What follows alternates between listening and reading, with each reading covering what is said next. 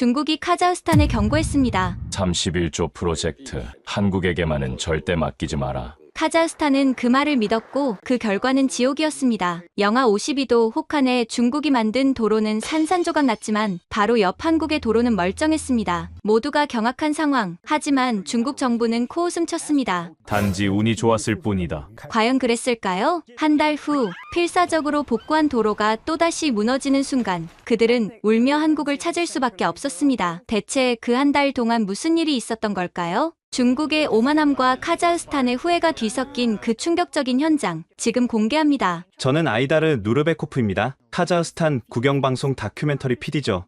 그날 새벽 제 인생을 완전히 뒤흔들 전화가 걸려왔습니다. 아이다르, 즉시 나와. 실크로드 고속도로가 갈라졌어. 방송국 국장의 목소리가 수화기를 뚫고 나왔습니다. 저는 잠에서 깬 지 3분도 안 돼서 촬영팀과 함께 차에 뛰어올랐죠. 알마티 시내에서 건설 현장까지는 2시간 거리. 그 긴 시간 동안 제 심장은 미친 듯이 뛰었습니다. 또 시작이구나. 또 누군가 다쳤을지도 몰라. 15년 전 제 삼촌이 도로 건설 현장에서 구조물 붕괴로 영구 장애를 입었거든요. 그때부터 저는 확신했습니다. 겨울 도로는 정치와 기술이 얽힌 위험한 도박이라고 말이에요. 현장에 도착하자마자 제 눈앞에 펼쳐진 광경은 충격 그 자체였습니다. 6차선 고속도로 한가운데가 마치 거대한 짐승이 핥히고 지나간 듯 쩍쩍 갈라져 있었어요. 아스팔트 조각들이 들쭉날쭉하게 솟아올라 있고 그 사이로 하얀 서리가 피어오르고 있었습니다. 세상에, 이게 뭐야? 정말로 갈라졌네. 카메라맨이 외쳤습니다. 저도 할 말을 잃었어요. 이 정도 규모라면 분명 인명피해가 있을 텐데. 다행히 사상자는 없습니다. 개통시험 운행 직전이었거든요. 현장 관리자가 다가와 설명했지만 제 마음은 전혀 놓이지 않았습니다. 영하 38도에서 이런 일이 일어났다는 건 앞으로 얼마나 더 많은 위험이 숨어 있다는 뜻일 테니까요. 그런데 이상한 게 있었어요. 갈라진 구간 바로 옆 한국 기업이 담당한 구간은 완벽하게 멀쩡했거든요. 똑같은 추위, 똑같은 영하 38도, 똑같은 칼바람 속에서 말이죠. 정부 대변인이 긴급 설치한 텐트에서 브리핑을 시작했습니다. 기자들이 때로 몰려들었어요. 이번 사고는 예상치 못한 집안 동결로 인한 자연적 현상입니다. 극한 지역 특성상 불가피한 측면이 있습니다. 저는 펜을 꽉 쥐며 질문했습니다. 그렇다면 한국 구간은 왜 아무 문제가 없었습니까? 같은 기후 조건인데 말입니다. 대변인이 잠시 당황한 표정을 지었습니다. 아, 그건 구간별로 집안 조건이 조금씩 다를 수 있으니까요. 한국 팀은 상대적으로 운이 좋았던 것 같습니다. 운이라고요? 저는 그 말이 뭔가 잘못됐다고 느꼈습니다. 기술자들이 운에 기대서 수십억 달러짜리 프로젝트를 진행하나요? 브리핑이 끝나고 현장을 둘러보는데 한국 기술진들이 자기들 구간을 점검하고 있었습니다. 그들의 모습이 눈에 띄었어요. 다른 외국인들과 달리 난방이 빵빵한 차 안에 있지 않고 직접 혹독한 추위 속에서 땀을 흘리며 일하고 있었거든요. 괜찮습니다. 저희 구간은 문제없어요. 그중 한 명이 제게 말했습니다. 강석윤이라는 현장 소장이었죠. 그의 말투는 차분했지만 왠지 확신에 찬 느낌이었습니다. 마치 이런 일이 일어날 걸 미리 알고 있었다는 듯이 말이에요. 어떻게 그렇게 확신하시나요? 제가 묻자 강석윤이 잠시 생각하더니 대답했습니다. 저희는 백두대간 지역에서 터널을 뚫어본 경험이 있습니다. 그곳도 이곳만큼 극한의 조건이었거든요. 백두대간? 저는 그 말이 무슨 뜻인지 정확히 몰랐지만 뭔가 특별한 기술이 있다는 느낌이 들었습니다. 방송이 끝나고 숙소로 돌아가는 길. 제 마음은 무거웠습니다. 15년 전 삼촌이 다쳤을 때도 정부는 똑같이 말했거든요. 예측 불가능한 사고, 누구의 책임도 아니다. 그때 제 핸드폰이 울렸습니다. 아이다르 PD님, 저 강석윤입니다. 잠시 만나서 이야기할 수 있을까요? 무슨 일이신가요? 강석윤이 잠시 말을 멈췄습니다. 제 차가운 반응을 예상하지 못했나 봐요. 저희 기술이 운이 아니라는 걸 알아주셨으면 해서요. 언론에서 계속 운이라고 하시면 아, 그래요? 저는 전화를 끊으려다 말았습니다. 강 소장님, 솔직히 말씀드릴게요. 저는 15년 전에 삼촌을 도로 공사 사고로 잃었어요. 그때도 모든 외국 기업들이 똑같이 말했거든요. 자기들 기술이 얼마나 우수한지, 얼마나 안전한지. 하지만 결국 무너지는 건 똑같았어요. 강석윤의 목소리가 낮아졌습니다. 죄송합니다. 그런 일이 있으셨군요.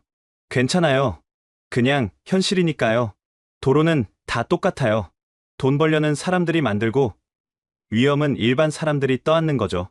저는 전화를 끊고 창밖을 바라봤습니다. 또 다른 외국인이 자기 변명을 늘어놓는 거겠지.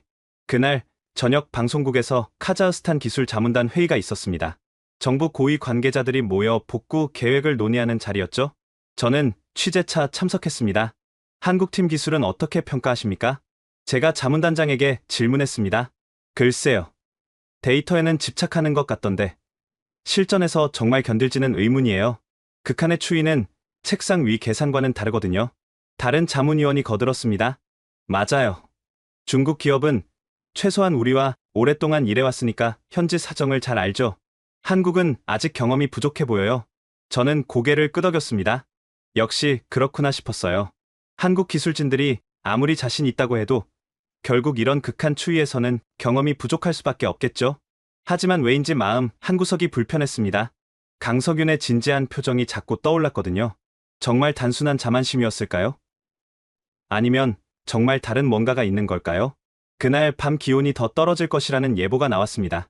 내일은 더 큰 일이 벌어질지도 모른다는 불안감이 엄습했어요. 다음날 새벽, 저는 잠을 제대로 못 잔 채로 현장으로 향했습니다. 어제보다 더 심각한 일이 벌어지고 있었거든요. 아이다르, 여기 봐요. 카메라맨이 소리쳤습니다.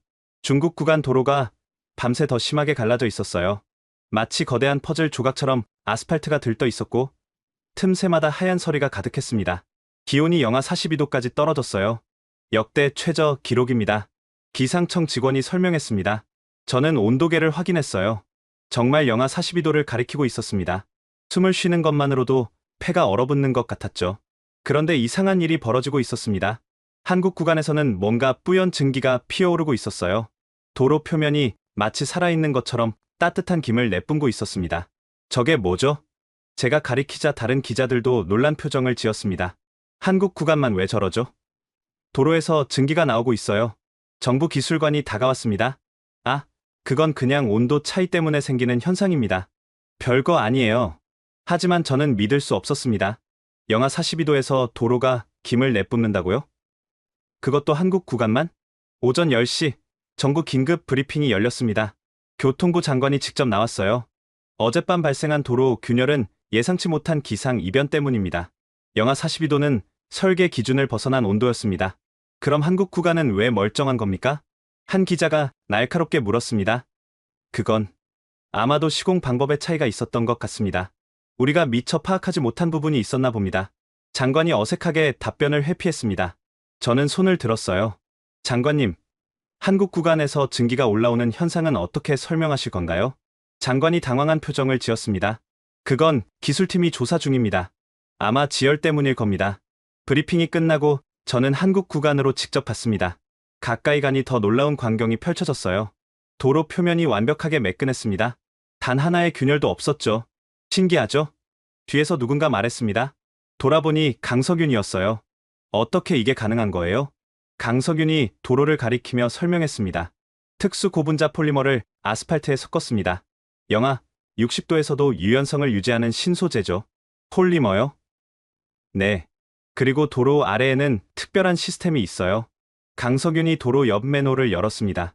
안을 들여다보니 복잡한 파이프들이 거미줄처럼 연결되어 있었어요. 지열순환 시스템입니다. 도로 온도를 일정하게 유지시켜주죠. 이런 기술이 정말 존재한다고요? 백두대간에서 개발한 기술입니다. 영하 35도에서 터널을 뚫으면서 만들었죠. 저는 믿을 수 없었습니다.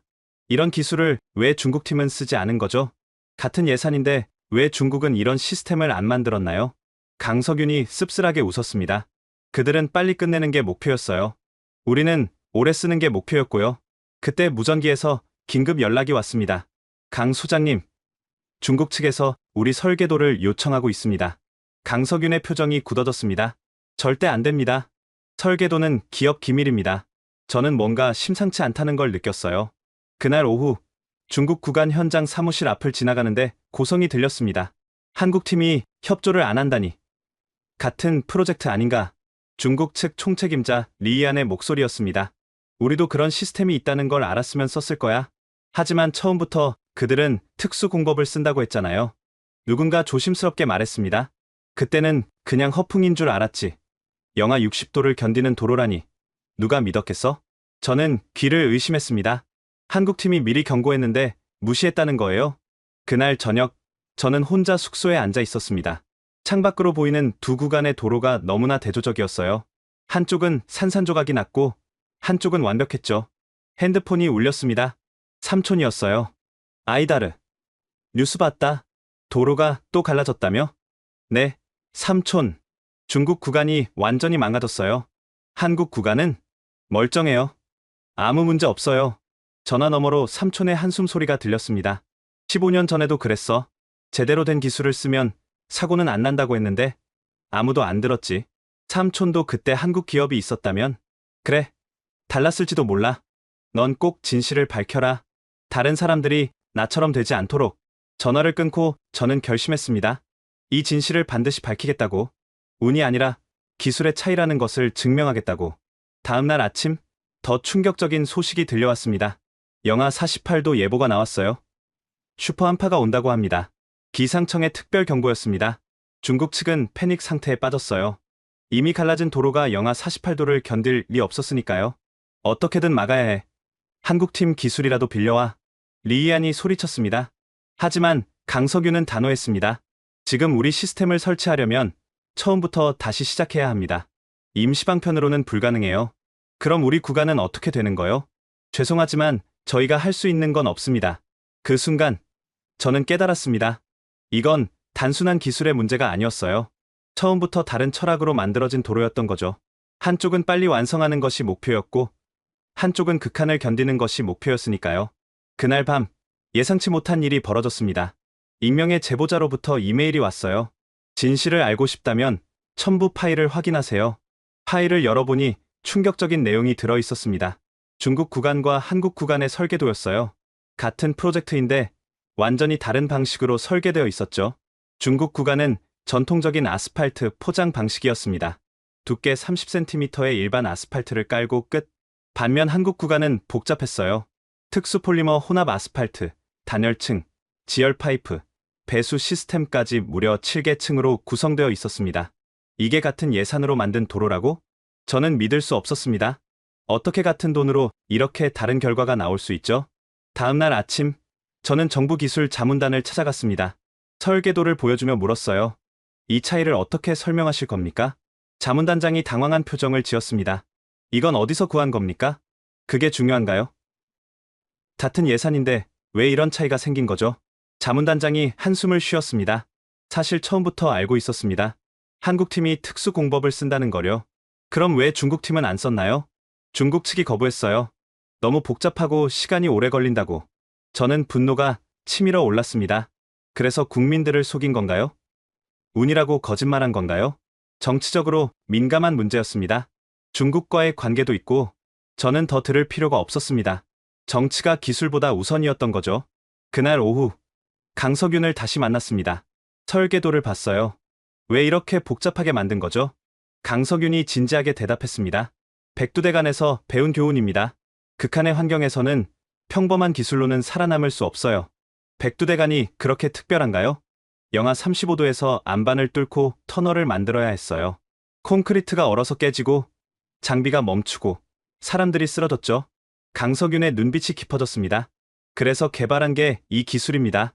극한을 일상으로 만드는 기술이죠. 폴리머는 어떻게 개발한 건가요? 5년간의 연구 끝에 만들었어요. 영하 60도에서도 유연성을 잃지 않는 신소재입니다. 고무보다 강하고 철보다 유연하죠. 저는 감탄할 수밖에 없었습니다. 이런 기술이 한국에 있었다니 왜 이 기술을 더 알리지 않았나요? 알렸어요. 하지만 아무도 믿지 않았죠. 너무 비현실적이라고, 과장이라고 했어요. 그때 강석윤의 휴대폰이 울렸습니다. 네, 본사입니다. 아, 정말요? 알겠습니다. 전화를 끄는 강석윤의 표정이 어두워졌습니다. 무슨 일이에요? 중국 측이 우리 기술을 무단으로 사용하려 한대요. 정부가 압력을 넣고 있다고. 그게 가능한가요? 정치적으로는 가능하죠. 하지만 기술적으로는 불가능해요. 시스템을 모르고 따라하면 더 위험해질 뿐입니다. 바로 그때 중국 구간에서 또 다른 균열 소식이 들려왔습니다. 이번엔 도로뿐만 아니라 주변 구조물까지 영향을 받기 시작했어요. 저는 현장으로 달려갔습니다.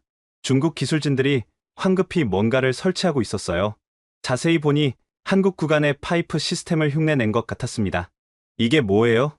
제가 묻자 중국 기술자가 대답했습니다. 긴급 보온 시스템입니다. 한국 방식을 참고했죠. 하지만 뭔가 어설펐어요. 파이프 연결도 엉성했고 단열재도 부실해 보였습니다. 이걸로 될까요? 될 겁니다. 아마도요. 기술자의 목소리에는 확신이 없었습니다. 그리고 그날 밤 우려가 현실이 되었죠. 그날 저녁 삼촌이 직접 찾아왔습니다. 휠체어에 앉은 채 방송국으로 온 거예요. 아이다르, 우리 좀 이야기하자. 삼촌의 표정이 심상치 않았습니다. 우리는 조용한 카페로 갔어요. 너가 조사하는 걸 봤다. 한국 기술 말이야. 네, 삼촌. 정말 놀라운 기술이에요. 삼촌이 깊은 한숨을 쉬었습니다. 15년 전 내가 다친 그날을 기억하니? 물론이죠. 도로 공사 중에 구조물이 무너졌잖아요. 그게 다가 아니야. 삼촌의 눈가에 눈물이 맺혔습니다. 사실 그날 한국 기업도 입찰에 참여했었어. 그들은 특수 공법을 제안했지. 돈은 좀 더 들지만 안전하다고. 그런데 왜 정부가 중국 기업을 선택했어? 더 싸고 빠르다는 이유로. 그리고 한 달 후 공사 중에 무너진 거야. 저는 충격을 받았습니다. 그런 진실이 있었다니. 한국 기업이 제안한 공법은 뭐였어요? 동결 방지 시스템이었어. 겨울에도 안전하게 공사할 수 있는 기술이었지. 하지만 너무 비싸다고, 과하다고 했어. 삼촌이 주먹을 꽉 쥐었습니다. 그 결정 때문에 나는 이렇게 됐고, 2명은 죽었어. 그리고 정부는 자연재해라고 발표했지. 왜 지금까지 말 안 하신 거예요? 무서웠어. 가족들에게 해가 갈까봐. 하지만 이제는 달라. 너가 진실을 밝혀야 해. 다른 사람들이 나처럼 되지 않도록. 삼촌이 가방에서 낡은 서류를 꺼냈습니다. 이게 그때 한국 기업이 제출한 제안서야? 15년 동안 숨겨뒀지. 서류를 펼쳐보니 놀라웠습니다. 15년 전에 이미 한국은 극한 기후 대응 기술을 가지고 있었어요. 지금 실크로드에 적용된 기술의 초기 버전이었죠. 이 기술이면 사고를 막을 수 있었을 텐데. 그래. 하지만 그들은 돈을 택했어. 그리고 우리는 대가를 치렀지. 삼촌이 내 손을 잡았습니다. 아이다르. 이번엔 달라야 해. 진실을 알려야 해. 기술의 차이가 생명의 차이라는 걸. 그날 밤, 저는 삼촌이 준 서류를 자세히 읽었습니다. 한국 기업의 제안서에는 이런 문구가 있었어요. 극한의 환경에서는 극한의 기술이 필요합니다. 우리는 백두대간에서 그것을 배웠습니다. 백두대간. 또 그 이름이 나왔네요. 도대체 그곳에서 무슨 일이 있었던 걸까요? 다음 날, 저는 강석윤을 찾아갔습니다. 백두대간 프로젝트에 대해 알려주세요. 15년 전 서류에도 나와 있던데요. 강석윤이 놀란 표정을 지었습니다. 그 서류를 어디서? 중요한 건 그게 아니에요. 백두대간에서 무슨 일이 있었나요? 강석윤이 잠시 생각하더니 말했습니다. 그곳은 지옥이었어요. 영하 35도, 고도 2000m, 1년 중 200일이 영하권. 그런 곳에 터널을 뚫어야 했죠. 왜 그런 극한 지역에? 국가기관 교통망이었어요. 동해안과 서해안을 잇는 최단 경로였죠. 포기할 수 없었어요. 강석윤이 태블릿을 꺼내 사진을 보여줬습니다. 하얀 설산 속에서 작업하는 사람들의 모습이었어요. 3년 동안 실패만 했어요. 콘크리트가 얼고 장비가 멈추고. 그래서 개발한 게 이 기술들이죠. 그래서 폴리머를 만든 건가요? 네. 그리고 지열 시스템도요. 자연의 힘을 이용해 자연을 이기는 기술. 저는 이제 이해했습니다. 한국의 기술은 단순한 기술이 아니었어요. 극한과의 싸움에서 얻은 생존의 지혜였던 거죠. 이틀 후 기상청에서 특별 경보가 발령됐습니다. 72시간 내 초대형 블리자드 예상. 예상 최저 기온 영하 52도. 방송국은 발칵 뒤집혔습니다. 영하 52도라니 기록상 최악의 한파였어요. 아이다르. 현장 중계 준비해. 이건 세계의 뉴스야. 국장이 소리쳤습니다. 저는 장비를 챙겨 즉시 현장으로 향했죠. 도로 건설 현장은 이미 전쟁터 같았습니다. 중국 측은 밤새 긴급 보수 작업을 하고 있었어요. 그런데 이상한 광경을 목격했습니다. 저게 뭐 하는 거죠? 카메라맨이 가리킨 곳을 보니 중국 기술진들이 한국 구간을 몰래 촬영하고 있었어요. 파이프 연결 방식, 단열재 설치 방법을 하나하나 찍고 있었죠. 무단 도용 아닌가요? 제가 다가가자 그들은 황급히 카메라를 숨겼습니다.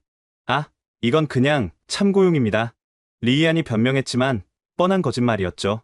그때 강석윤이 나타났습니다. 리 총책임자. 그렇게 해서는 안 됩니다. 뭐가 안 된다는 거요? 우리 시스템은 단순히 보고 따라할 수 있는 게 아닙니다. 잘못 설치하면 더 위험해요. 리이안이 비웃었습니다. 그깟 파이프 연결이 뭐가 어렵다고? 폴리머 혼합 비율을 아십니까? 지열순환 압력은? 단열층 간격은? 강석윤이 연달아 질문했지만 리이아는 대답하지 못했습니다. 이 정도로는 영하 52도를 못 견딥니다. 처음부터 다시 해야 해요. 시간이 없어. 72시간밖에 안 남았단 말이야. 리이안이 소리쳤습니다.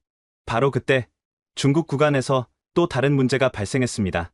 급하게 설치한 파이프에서 물이 새기 시작한 거예요. 영하 42도에서 물이 새면 즉시 얼어붙어 파이프가 터집니다. 안 돼. 파이프가 터진다. 중국 기술진들이 비명을 질렀습니다. 펑 하는 소리와 함께 파이프가 폭발했어요. 뜨거운 물이 사방으로 튀었다가 공중에서 얼어붙었습니다. 모두 대피. 현장이 아수라장이 되었습니다. 저는 카메라를 들고 이 모든 걸 촬영했어요. 이건 인재였습니다. 제대로 된 기술 없이 흉내만 낸 결과였죠. 그날 저녁 긴급 대책 회의가 열렸습니다. 정부 고위 관계자들이 모두 모였어요. 72시간 후면 영하 52도다. 도로가 완전히 파괴될 것이다. 교통부 장관이 심각한 표정으로 말했습니다. 한국 구간은요? 그들은 괜찮다고 합니다. 어떻게 그들만 괜찮을 수 있죠? 장관이 한숨을 쉬었습니다. 이제 인정할 수밖에 없습니다. 한국 기술이 우월하다는 것을. 그때 한 관료가 제안했습니다. 한국팀에게 도움을 요청하면 어떨까요? 자존심이 허락하지 않아. 리이안이 반발했습니다. 자존심이 문제가 아니라 생명이 문제입니다. 제가 손을 들고 말했습니다. 지금 이 상황을 국민들에게 알려야 하지 않을까요? 회의실이 조용해졌습니다. 언론 통제가 필요합니다. 한 관료가 말했습니다. 패닉을 막기 위해서요. 저는 분노가 치밀었지만 참았습니다. 그들은 여전히 진실보다 체면을 중요시했어요. 회의가 끝나고 강석윤이 저를 불렀습니다. 아이다르 PD님, 우리가 도울 수 있는 건 한계가 있어요. 왜요? 시스템 전체를 72시간 안에 바꾸는 건 불가능합니다. 하지만 강석윤이 지도를 펼쳤습니다. 한국 구간으로 우회로를 만들 수는 있어요.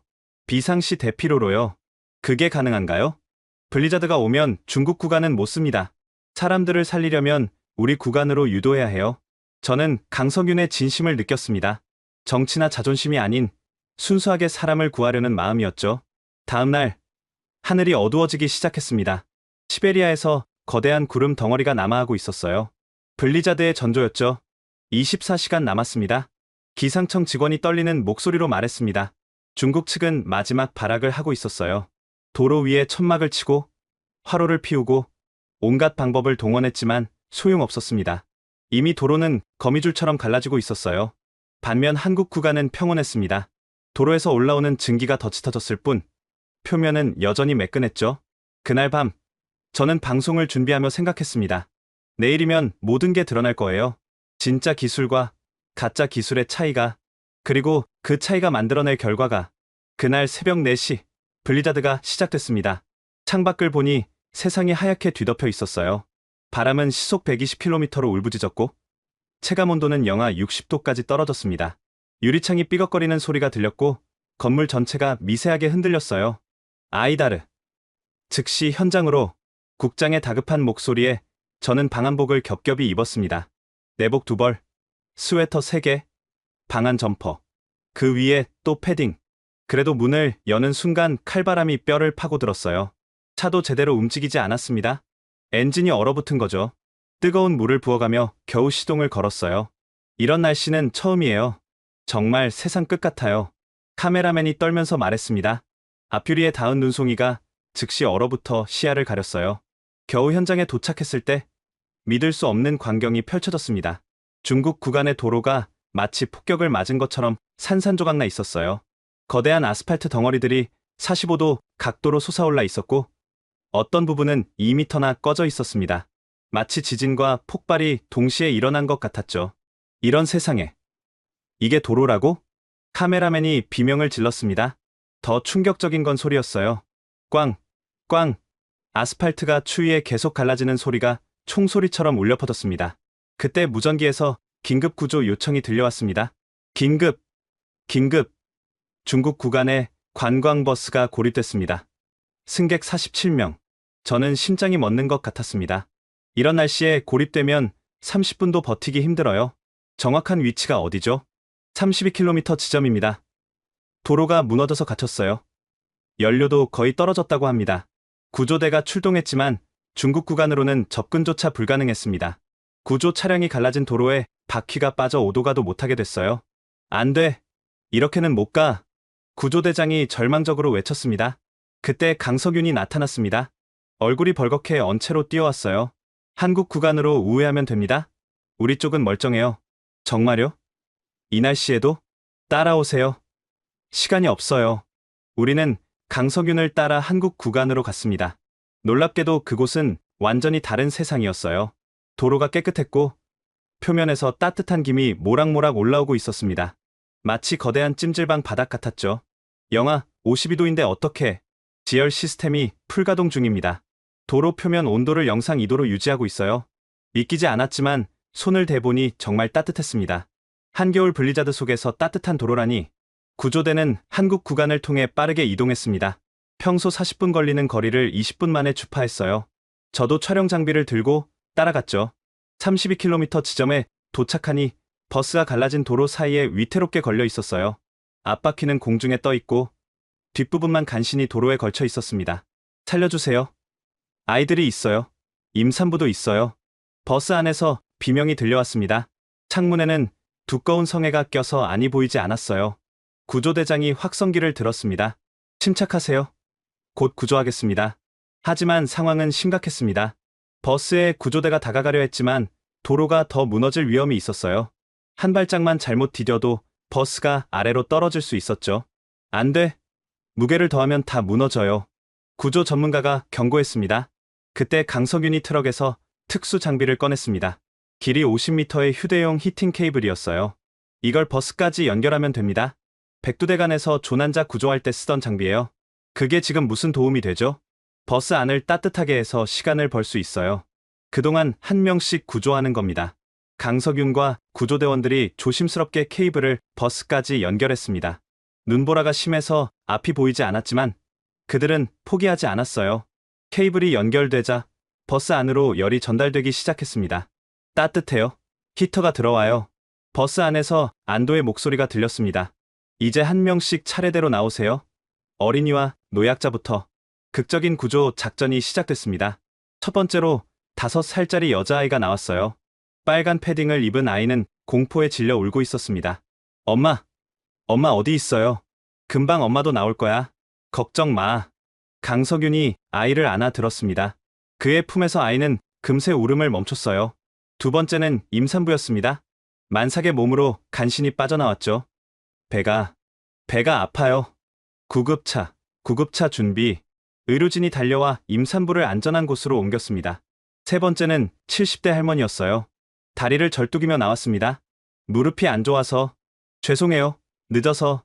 천천히 하세요. 시간은 충분해요. 구조대원이 할머니를 업었습니다.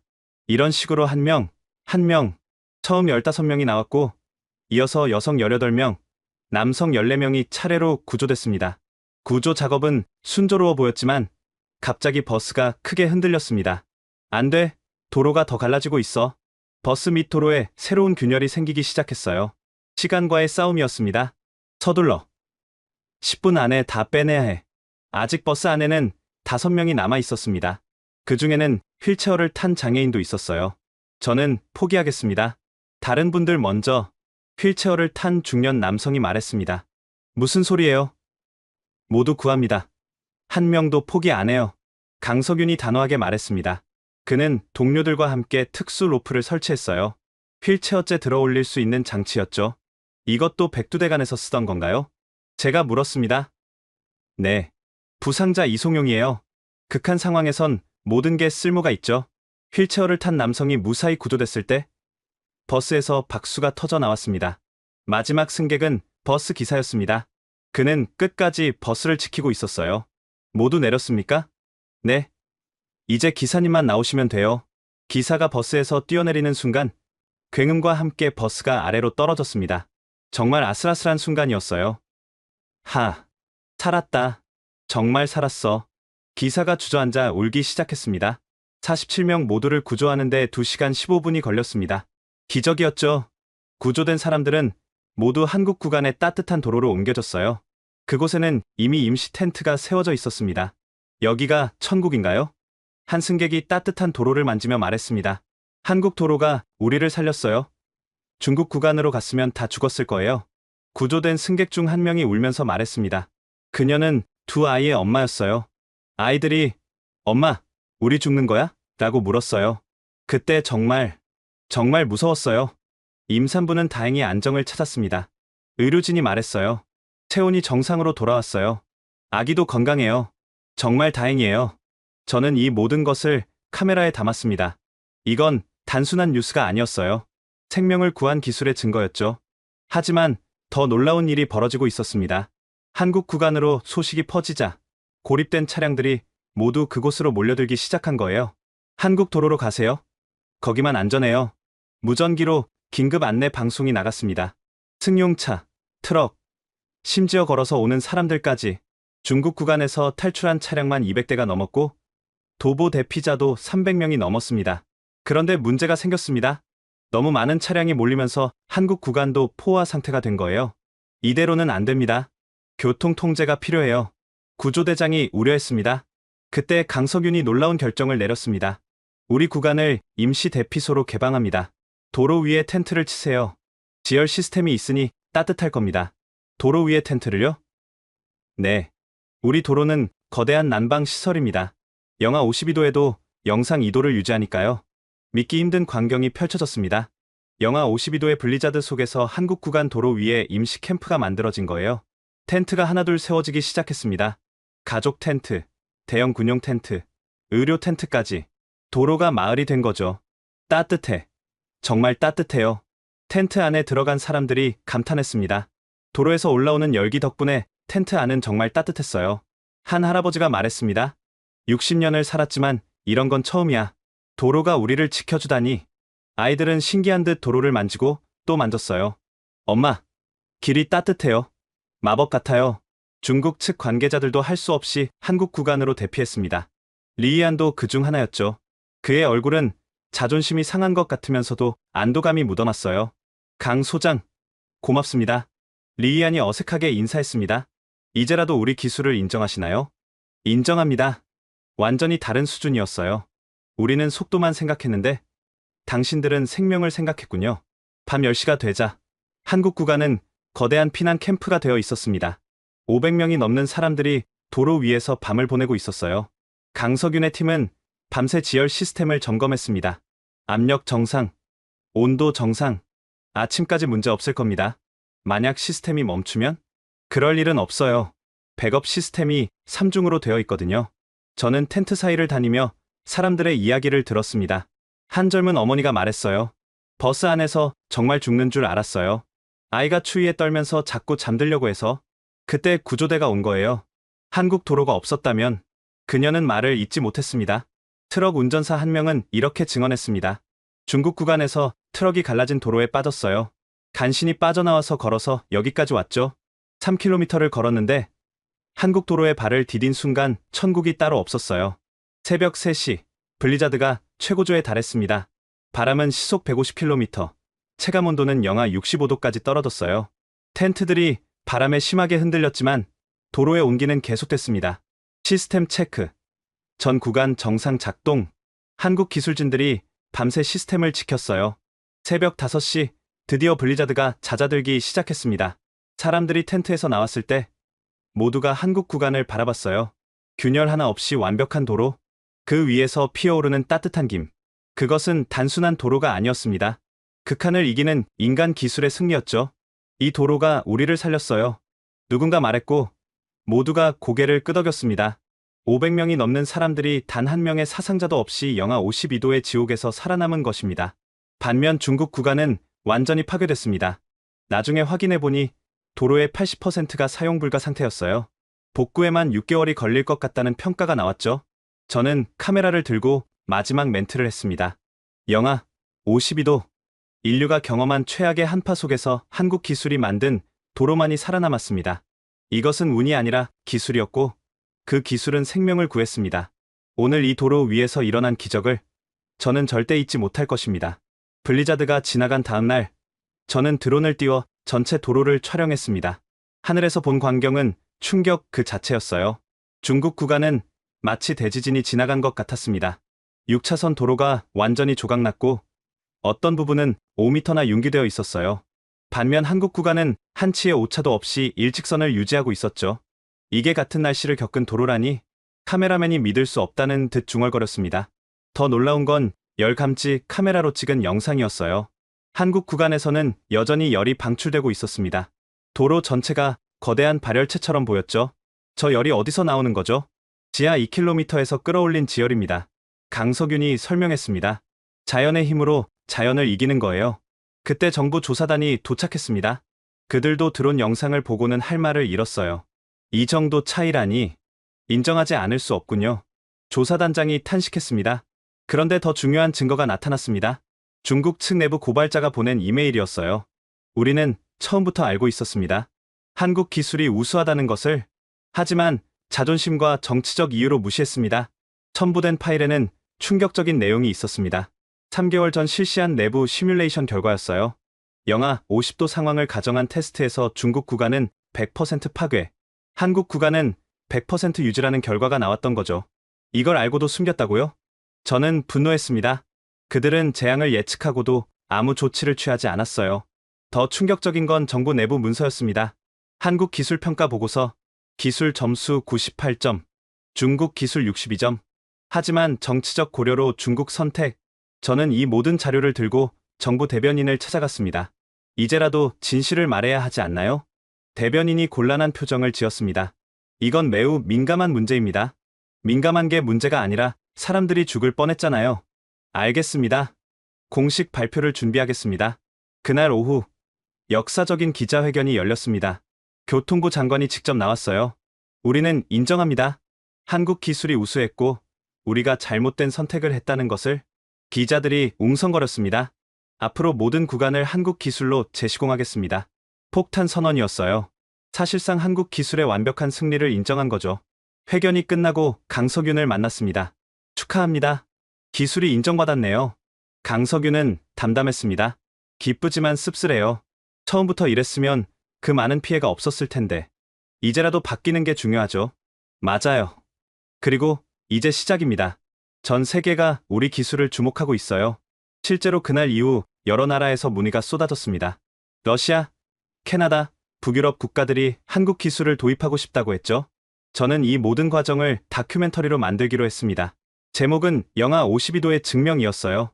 다큐멘터리 편집을 마치고 방송을 준비하던 중 예상치 못한 압력이 들어왔습니다. 아이다르, 이 다큐는 방송할 수 없어. 국장이 어두운 표정으로 말했습니다. 왜요? 이건 진실이잖아요. 위에서 압력이 들어왔어. 중국과의 관계를 고려하라고. 저는 믿을 수 없었습니다. 이렇게 중요한 진실을 또 숨기려 한다니. 사람들이 알아야 합니다. 기술의 차이가 생명을 구한다는 걸. 나도 알아. 하지만 정치는 복잡해. 저는 방송국을 나와 강석윤을 찾아갔습니다. 다큐 방송이 막혔어요. 강석윤이 한숨을 쉬었습니다. 예상했어요. 진실은 항상 정치에 막히죠. 그럼 어떻게 하죠? 강석윤이 잠시 생각하더니 말했습니다. 온라인은 어떨까요? 유튜브나 SNS로 공개하면 그래도 될까요? 방송은 막을 수 있어도 인터넷은 못 막아요. 그날 밤 저는 결심했습니다. 공식 방송이 안 되면 다른 방법으로라도 알리겠다고. 강석윤이 USB를 건넸습니다. 백두대간 프로젝트 자료입니다. 우리 기술의 시작점이에요. USB에는 놀라운 자료들이 있었습니다. 10년 전 백두대간 터널 공사 영상이었어요. 영하 35도에서 바위를 뚫는 작업자들, 얼어붙은 장비들, 그리고 그것을 극복하는 과정이 담겨 있었죠. 이때 개발한 기술이 지금의 도로를 만든 거군요. 네, 극한이 우리를 강하게 만들었어요. 저는 이 자료를 추가해 새로운 버전을 만들었습니다. 더 강력하고 감동적인 이야기가 되었어요. 하지만 업로드 직전 또 다른 연락이 왔습니다. 아이다르, 그거 올리면 당신 기자 생명 끝이야. 익명의 협박 전화였습니다. 하지만 저는 두렵지 않았어요. 삼촌을 떠올렸거든요.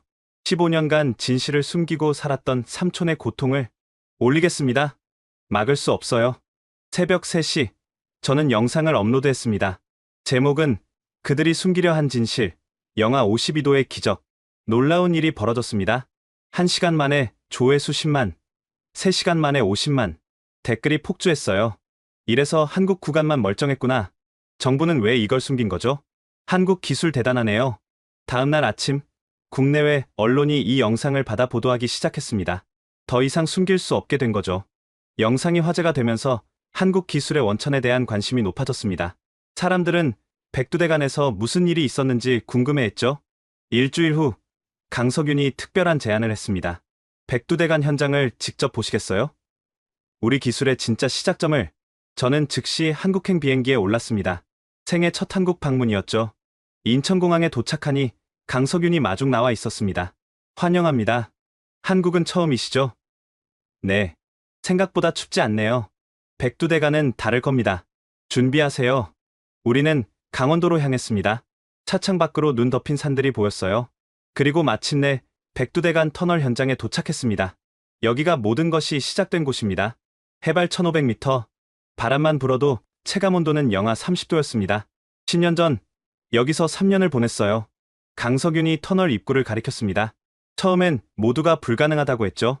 이런 곳에 터널을 뚫는다고. 터널 안으로 들어가니 놀라운 광경이 펼쳐졌습니다.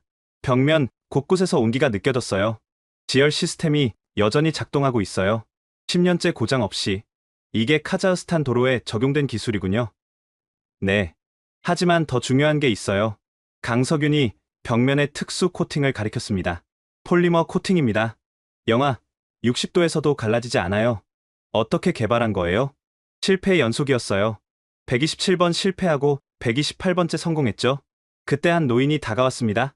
강 소장. 오랜만이네. 박 교수님.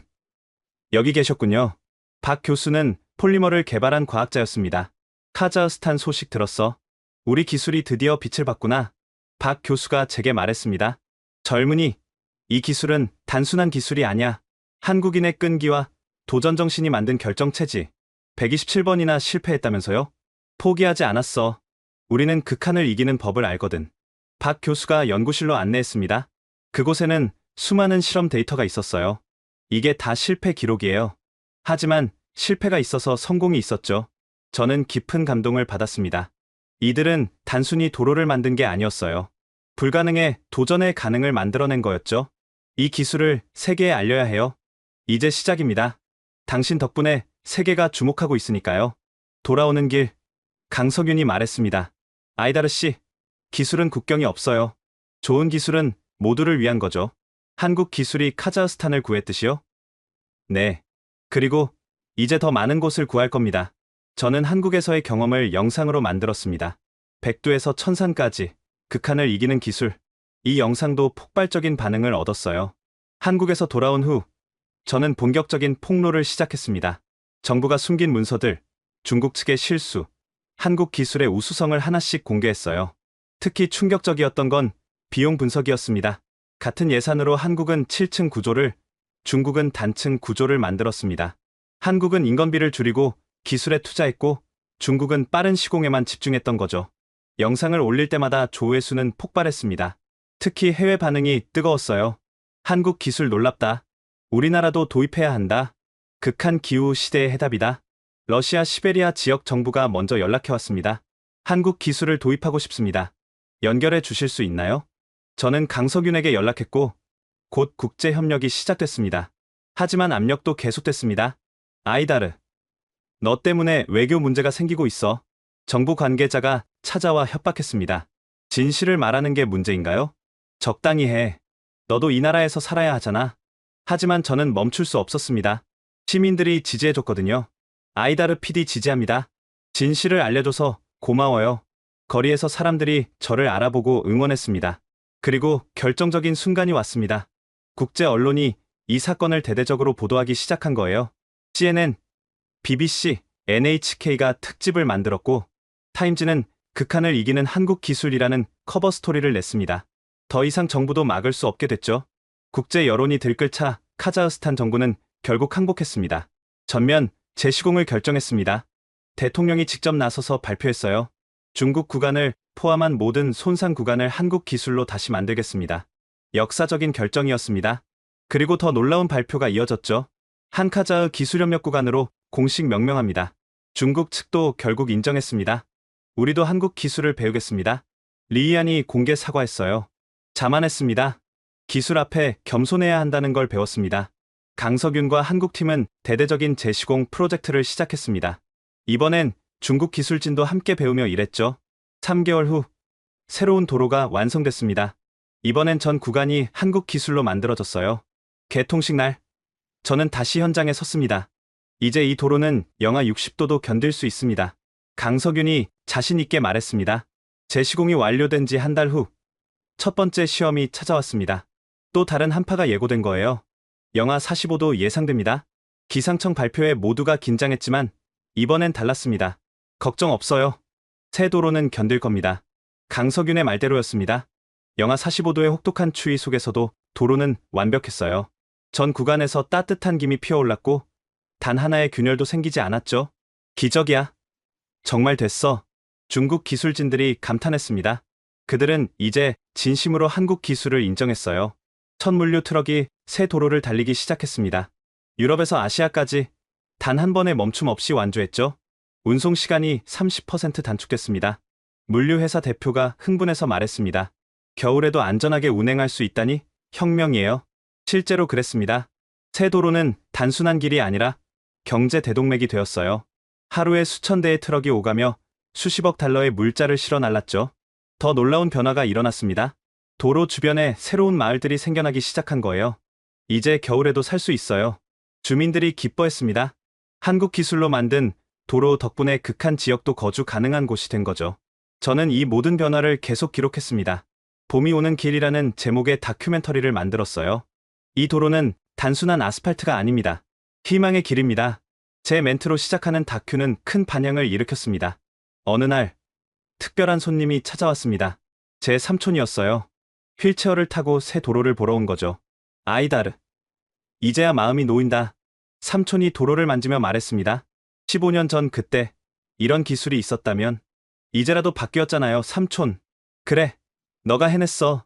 진실을 밝혔고 변화를 만들었지. 삼촌의 눈에 눈물이 맺혔습니다. 그때 강석윤이 다가왔습니다. 누르베코프 선생님, 덕분에 많은 생명을 구할 수 있게 됐습니다. 아니에요. 당신들의 기술이 있었기에 가능했죠. 두 사람이 악수를 나누는 모습을 보며 저는 생각했습니다. 기술과 진실, 그리고 용기가 만나면 세상을 바꿀 수 있다고. 봄이 왔습니다. 도로 위에 눈이 녹으면서 검은 아스팔트가 드러났어요. 하지만 이번엔 달랐습니다. 갈라짐도 움푹 팬 곳도 없었죠. 완벽하게 매끈한 도로가 끝없이 이어졌습니다. 이게 진짜 실크로드야. 누군가 말했고 모두가 동의했습니다. 프로젝트가 마무리되고 강석윤이 한국으로 돌아가기 전날 그가 편지를 건넸습니다. 아이다르 씨께 이 편지를 읽을 때쯤 저는 한국으로 돌아가 있을 겁니다. 하지만 꼭 전하고 싶은 말이 있어서 이렇게 글을 남깁니다. 기술은 차갑지만 그것을 만드는 사람의 마음은 따뜻합니다. 우리가 백두대간에서 극한과 싸운 이유는 단순히 터널을 뚫기 위해서가 아니었습니다. 그 길을 통해 사람들이 만나고 소통하고 함께 살아가길 원했기 때문이죠. 카자흐스탄 프로젝트도 마찬가지였습니다. 우리는 단순히 도로를 깐 게 아니라 미래를 깔았습니다. 영하 52도를 견디는 도로는 어떤 시련도 견딜 수 있는 인간 의지의 상징입니다. 당신이 보여준 용기에 감사합니다. 진실을 밝히기 위해 모든 것을 걸었던 당신이 있었기에 우리 기술이 세상에 알려질 수 있었습니다. 언젠가 다시 만나면 그때는 더 나은 기술로 더 많은 사람을 도울 수 있기를 바랍니다. 추신. 백두대간에 오시면 언제든 연락주세요.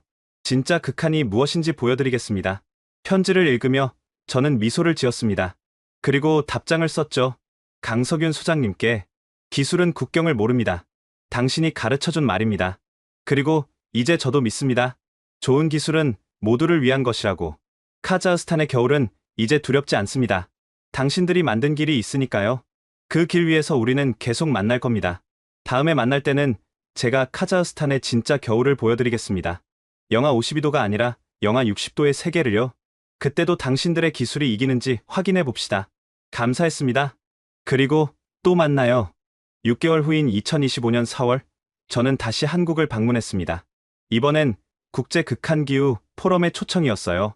카자흐스탄 사례를 발표해 주세요. 주최 측의 요청에 저는 기꺼이 응했습니다. 서울 코엑스 대회의장, 전 세계 50개국에서 온 전문가들이 모여 있었습니다. 영하 52도의 교훈이라는 제목으로 발표를 시작했어요. 기술은 생명을 구합니다. 하지만 그 기술을 선택하는 것은 우리입니다. 스크린에 비친 사진들, 갈라진 중국 구간과 멀쩡한 한국 구간의 대비가 선명했죠. 같은 예산, 같은 환경, 다른 선택. 그 결과가 이렇게 달랐습니다. 청중들이 숨을 죽였습니다. 발표가 끝나자 질문이 쏟아졌어요. 러시아입니다. 우리도 시베리아에 이 기술을 적용하고 싶습니다. 캐나다입니다. 북극 도로에 가능할까요? 노르웨이입니다. 피오르드 지역은 어떤가요? 강석윤이 일어나 대답했습니다. 모두 가능합니다. 극한은 장소가 아니라 도전입니다. 포럼이 끝나고 강석윤과 백두대간을 다시 찾았습니다. 이번엔 여름이었지만 산 정상은 여전히 차가웠어요. 여기서 모든 게 시작됐군요. 제가 터널을 바라보며 말했습니다. 네. 그리고 이제 전 세계로 퍼져나가고 있죠. 한국은 어떻게 이런 기술을 만들 수 있었나요? 강석윤이 먼 산을 바라보며 대답했습니다. 우리는 항상 극한과 함께 살았어요. 전쟁, 가난, 자연재해. 하지만 포기하지 않았죠. 극한을 이기는 유일한 방법은 극한보다 강해지는 것이니까요. 그때 전화가 왔습니다. 카자흐스탄이었어요.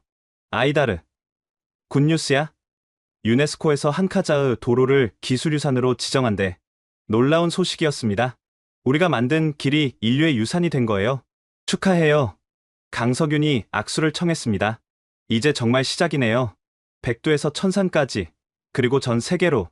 저는 천산산맥을 떠올렸습니다. 카자흐스탄의 지붕이라 불리는 그곳. 언젠가 그곳에도 한국 기술로 길을 만들 수 있을까요? 가능할 겁니다. 제가 말했습니다. 우리가 함께라면요. 돌아오는 비행기에서 창밖을 내다봤습니다. 구름 아래로 끝없이 이어진 도로들이 보였어요. 그중 어딘가에 우리가 만든 길이 있을 거예요. 극한을 이기고 사람들을 이어주는 희망의 길이. 2025년 9월 역사적인 순간이 찾아왔습니다. 한카자흐 도로 개통 1주년 기념식이자 국제 극한도로 기술 컨퍼런스가 알마티에서 열렸어요. 전 세계가 주목했습니다. CNN은 생중계를 했고 각국 정상들이 축하 메시지를 보냈죠. 이 도로는 단순한 길이 아닙니다. 인류가 극한을 극복한 증거입니다. 카자흐스탄 대통령이 연설했습니다. 1년 전 영하 52도의 재앙을 기억합니다. 하지만 우리는 그것을 기회로 바꿨습니다. 강석윤도 무대에 올랐습니다. 기술의 국경은 없습니다. 우리가 카자흐스탄에서 배운 것처럼 카자흐스탄도 우리에게 많은 것을 가르쳐줬습니다. 그날 놀라운 발표가 있었습니다. 한국 카자흐 극한기술 연구소를 설립합니다.